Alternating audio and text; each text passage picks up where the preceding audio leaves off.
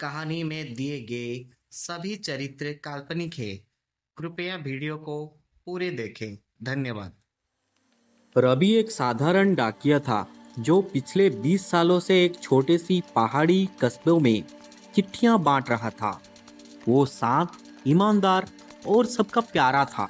हर रोज वो गांव के हर कोने में जाकर लोगों को उनकी चिट्ठियां देता और उनकी परेशानियों को भी सुनता था। लेकिन एक दिन कुछ अजीब हुआ। उसे एक ऐसी चिट्ठी मिली जिस पर ना तो भेजने वाले का नाम था, ना ही पता। सिर्फ लिखा था, श्रीमान रवि डाकिया। रवि चौंका।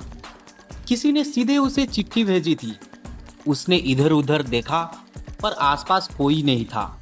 उसने चिट्ठी खोली। अंदर सिर्फ इतना लिखा था, अगर तुम सच्चाई तक पहुंचने की हिम्मत दिखाई तो कल रात 12 बजे पुराने डाक बंगले पर आ जाना। तुम्हें इनाम मिलेगा, पर साथ ही खतरा भी है। रवि को लगा कि ये कोई मजाक है, लेकिन उसके अंदर का जिज्ञासु हिस्सा जाग चुका था। अगली ही रात वो अपने पुराने टॉर्च और एक लकड़ी की छड़ी लेकर डाक बंगले पहुंचा। बंगला वीरान और टूटा फूटा था। दरवाजे पर जंग लगी थी और हवा में एक अजीब सी गंध थी। अंदर घुसते ही दरवाजा खुद ब खुद बंद हो गया। रवि ने आवाज लगाया, कौन है? कोई जवाब नहीं आया। पर दीवारों पर एक चिट्ठी टंगी थी। उसमें लिखा था कि तुमने पहला कदम बढ़ाया है। अब अगला सवाल, तुम जो हर दिन दूसरों का संदेश पहुंचाते हो, क्या तुमने कभी किसी की चिट्ठी पढ़ी है? रवि सब पका गया। वो ईमानदार था, कभी किसी की चिट्ठी नहीं खुली थी। उसने जोर से कहा, नहीं, मैंने कभी किसी की चिट्ठी नहीं खोली।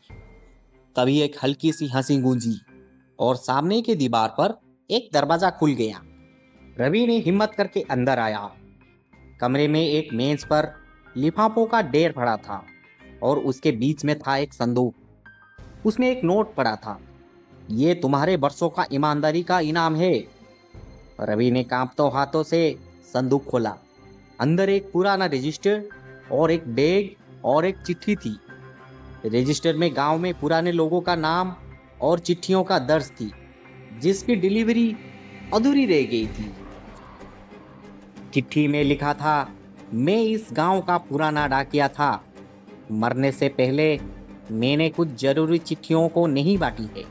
तुमने इतने साल ईमानदारी से काम किया, इसीलिए अब ये जिम्मेदारी तुम्हारी है।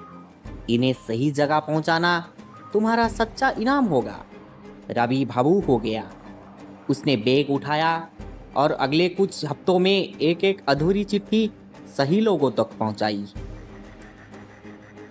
इस कहानी से हमें ये शिक्षा मिलती है कि ईमानदारी कभी व्यर्थ नहीं जाती।